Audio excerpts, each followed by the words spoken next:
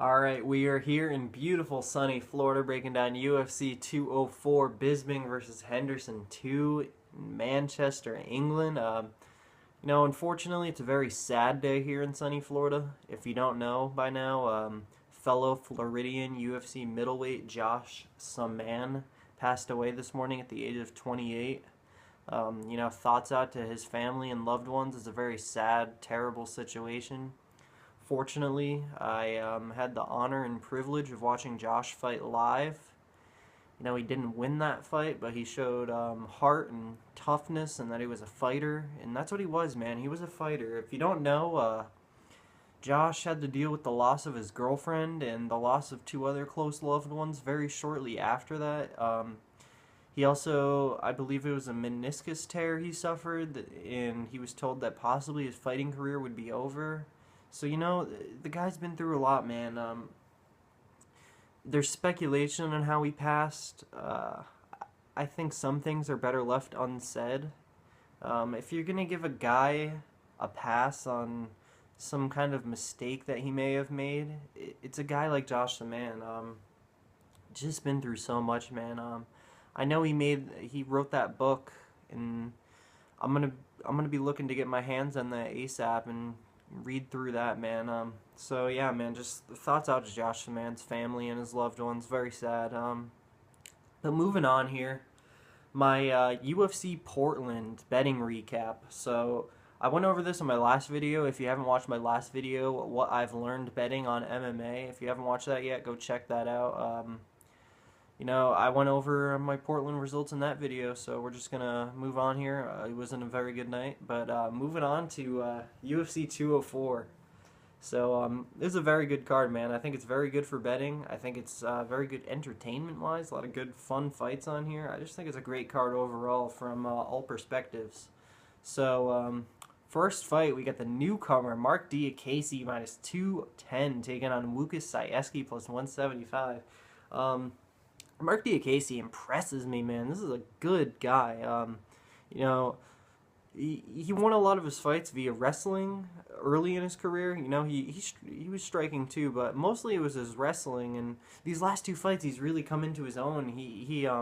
His last three wins actually were against 7-0 guys, and then his last two wins he got the knockout in under like 30 seconds. And guy's got big power, shown improvements. Obviously, he's shown his wrestling. And, at minus 210, it's hard to bet on a guy that's making his debut. Łukasz Sieski, he's a very tough guy. He's 0-2 in the UFC, but he's a very tough 0-2. He's a very tough out for Mark Diakase here.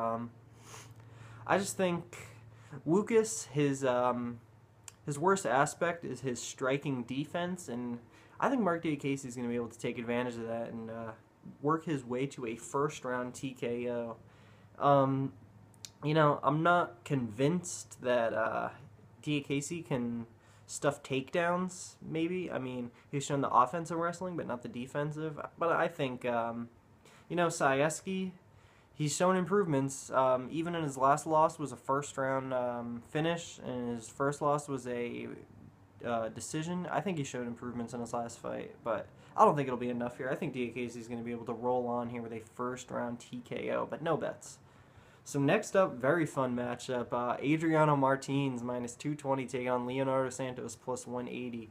So really interesting. Striking versus grappling matchup. Two aging Brazilians taking on each other in Manchester, England, of all places.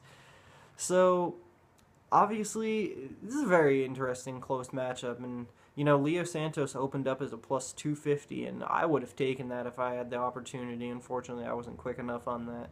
Down to plus 180, just not enough for me, but Leo, he comes out of a better camp, but Martins is just the better fighter here. Obviously, Leo's going to be looking to get it onto the ground, which I think he may be able to do once or twice. But, Martins has a very good ground game. I think he can defend submissions. And even on the feet, I think Santos is going to be able to hold his own on the feet. But I do see Martins being able to outstrike Santos here to a 29-28 decision. I think it'll be a very fun fight. But I do side with Adriano here via 29-28 decision, no bet. So next up, Danny Roberts minus 140 taking on Mike Platinum Perry plus 120. This guy, Platinum Perry's quite the character. Not going to get into my thoughts on him, but, you know, just check out his Twitter page, and I'm sure you'll feel the same as me. He's not the... Just going to stay away, but yeah. Mike Perry's no slouch, though. He's a very good fighter. I'll give him that. You know, a lot of people say he's just a power puncher. He just had the power and was able to put out limb, but I think he showed very crisp, good striking. You know, it got to the ground for a brief moment. He didn't look terrible. He didn't look amazing. I just think he showed that he knows what he's doing on the ground. And, you know, Danny Roberts, his last fight against Dominique Steele, it could have gone either way. I sided with Danny Roberts 29-28, but he almost got put out in that fight, man. And I think Mike Perry has more power than Dominique Steele. I do think Danny Roberts is the better fighter here, but I'm going to go with the underdog. I'm going to go with Mike Perry to win via first-round TKO here. I just think either he's going to be able to put Danny Roberts away in the first round, or he's going to hit him with a big shot, and Danny Roberts might get a little gun shy like he did in the Steele fight. I mean, Danny Roberts should have clearly won that fight against Dominique Steele, but he wasn't throwing as much as he should have, and he was just clinching up, and you know, that's not a very good thing when you're fighting a guy like Perry who has big bombs. So I'm going to side with the underdog here, but no bet. It's just not enough for me. Maybe if Perry was like a plus 160, I'd be able to go with a bet on him, but staying away. So next up, we got Albert Tumenov minus 260 taking on Leon Edwards plus 220. So this is a fun fight, man. I like both these guys a lot. I'm going to go with the Russian here. I'm going to go with Albert Tumenov. I just think, you know, Leon showed his wrestling. He was able to take down and grind out his last fight, Dominic Waters. I just think Tumenov has much better takedown defense than Dominic. And, you know, he wasn't very good on the ground against Gunnar Nelson, but the reason it even got there is because Gunnar Nelson pieced him up on the feet, and Albert was hurt and didn't have the very best submission defense when he was rocked. And, you know, Edwards has power, but he doesn't...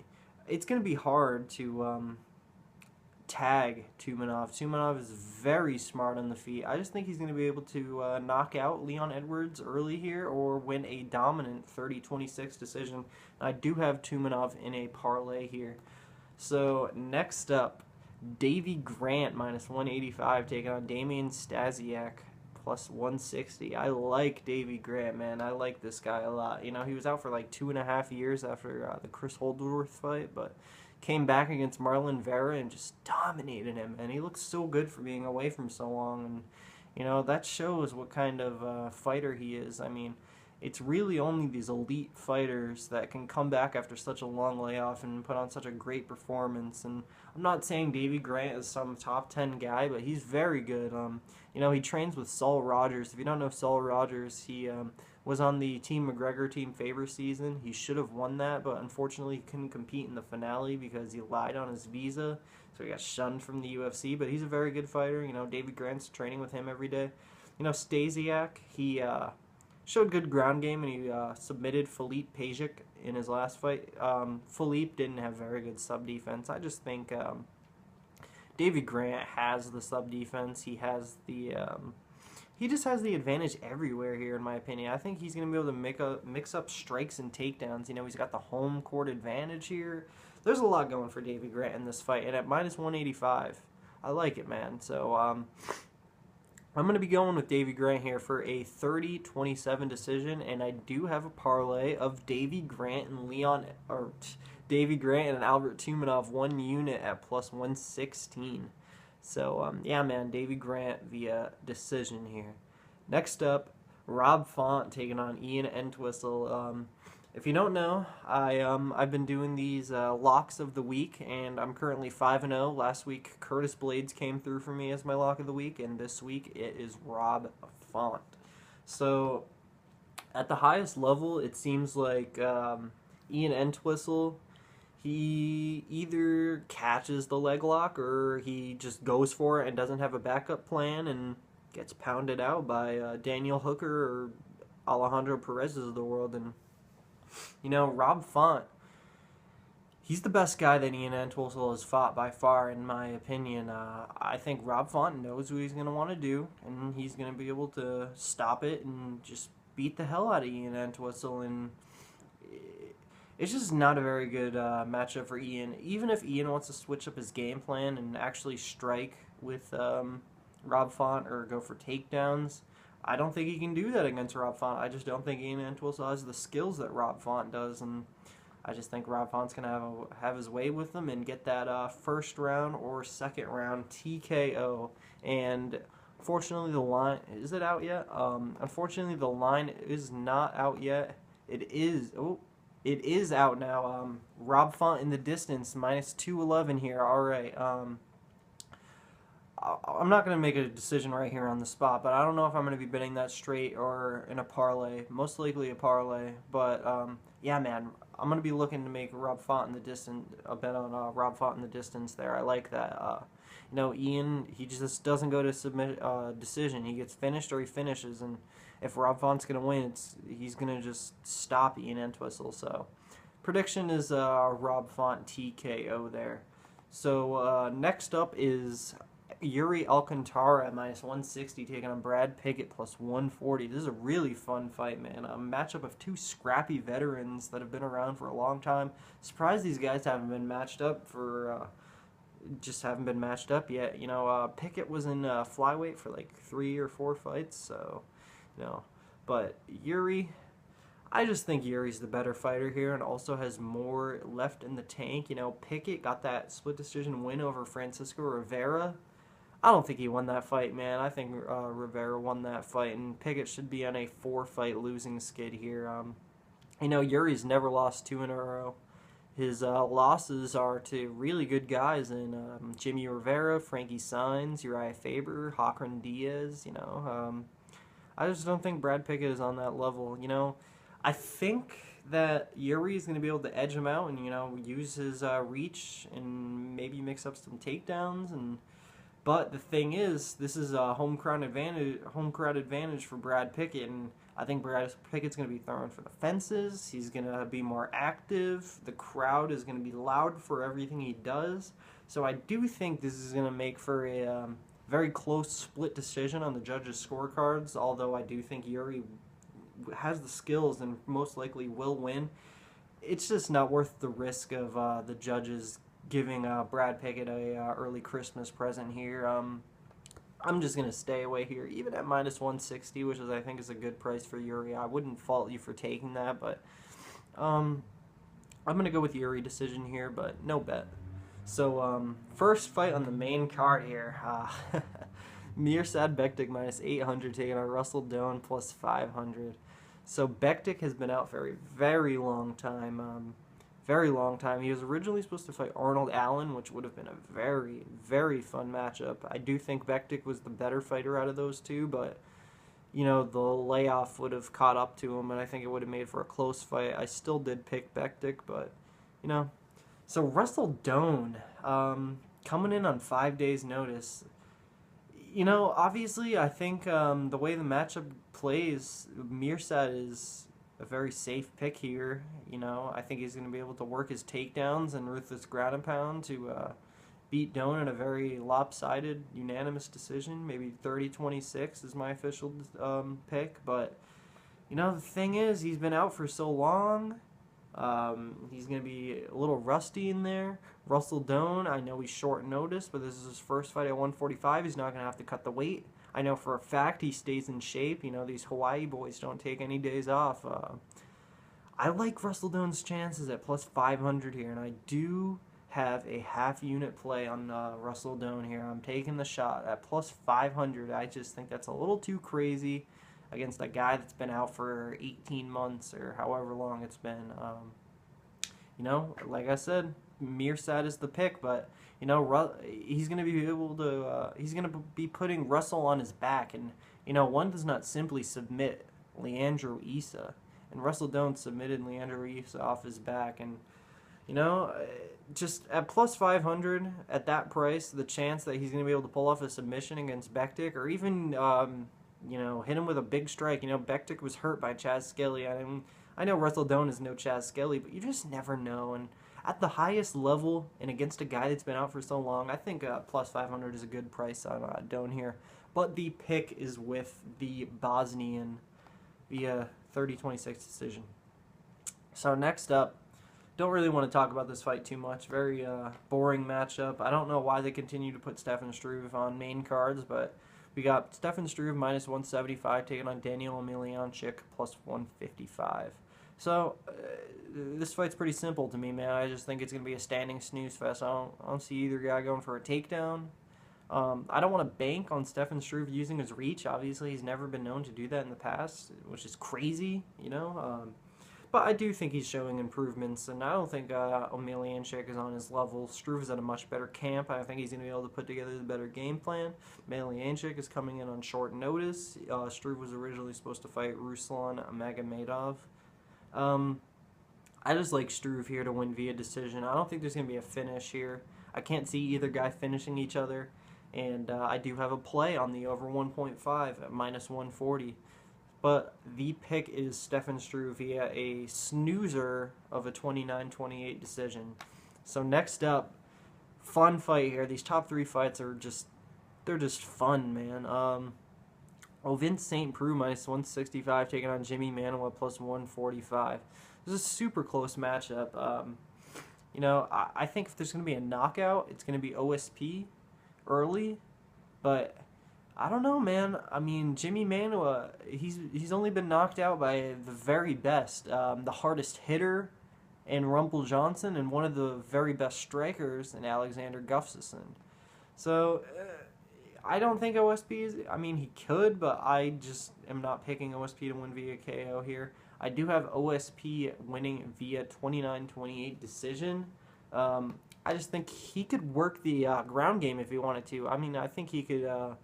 If he's losing the stand-up exchanges against Bisping-hendo, which I find unlikely, I think OSP is going to be a little too awkward and active for Manuwa.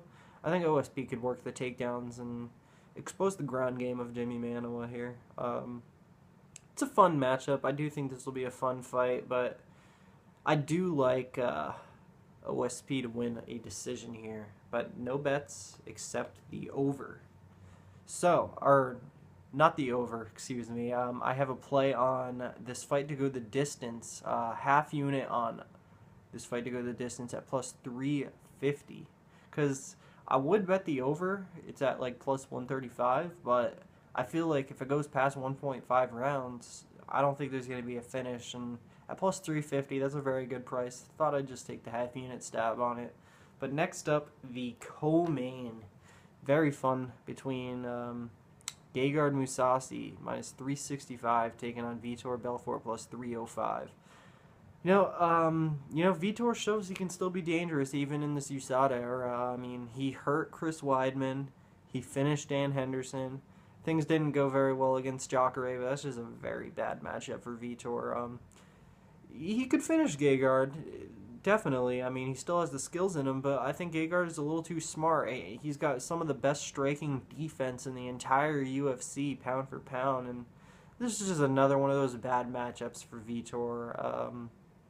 I just think Mousasi's going to be able to weather the storm and finish Vitor in the late first round or early second round via strikes, submission, whatever he really wants to do here.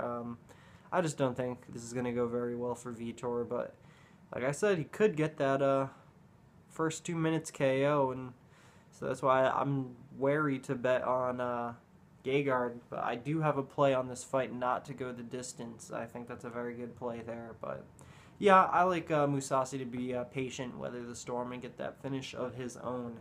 So next up, the main event of the evening, Michael Bisping, minus 230, taking on Dan Henderson, plus 190, the rematch from UFC 100. It's very different, though. You know, Dan Henderson is not the same guy, man. He's been knocked down 6 of his last 7 fights. Michael Bisping, better than ever. You know, I think the pairing of Michael Bisping and Jason Perillo has really improved Bisping's striking. You know, he commits a lot more to his strikes, and that's just it's showing with the power. He knocked out Luke Rockhold. I know Rockhold got a little cocky, but you know, you don't just pull that power out of your ass. He's got the power, and I think he's going to be able to put it on Dan Henderson. You know, Dan Henderson's dangerous. He could knock out Bisping, which worries me. You know, Bisping, you never know how much pressure he's going to have fighting for his belt in his hometown. So it's tough to bet on Bisping. I wouldn't blame you completely, but it would be tough. The play here I have is Bisping-hendo under 2.5. I don't see this fight going under 2.5. I think there's going to be a knockout probably in the first 2.5 minutes here. It's tough. Another reason I side with Bisping is, you know, Hendo's talking about retiring, and do you really want... It's tough to win a belt if you really don't want... I mean, I'm sure he wants it, but if he just wants to retire, it's tough, man. Bisping wants to hold on to that belt and defend it as many times as he can, so... You know, I think the hungrier, younger, sharper Bisping wins at this point, and I am picking him via first-round TKO. So, yeah, I already talked about I have the under in that fight. So, my plays here, I'm going to go over, I have, what, six plays. I'm going to be looking at that 7th with that Rob Font in the distance, but I got a 1.5 units on Bisping-hendo under 2.5, minus 120 to win 1.2. Half unit OSP-Manuwa to go the distance, plus 350 to win 1.8. I got 1.4 units on Struve-Omeilanczuk over 1.5 to win 1 unit at minus 140. I got a half unit on Russell Doane plus 500 to win 2.5. And I got 2 units on a parlay of Bisping doesn't go the distance with Vitor doesn't go the distance to win 1.4. And lastly, I got a parlay of Davy Grant, Albert Tumenov, 1 unit to win 1.2. So, yeah, man, fun card here. You know, like the video, subscribe. It takes like 2 seconds. Yeah, man, just thanks for watching, guys, and that's all I got. Enjoy the fights.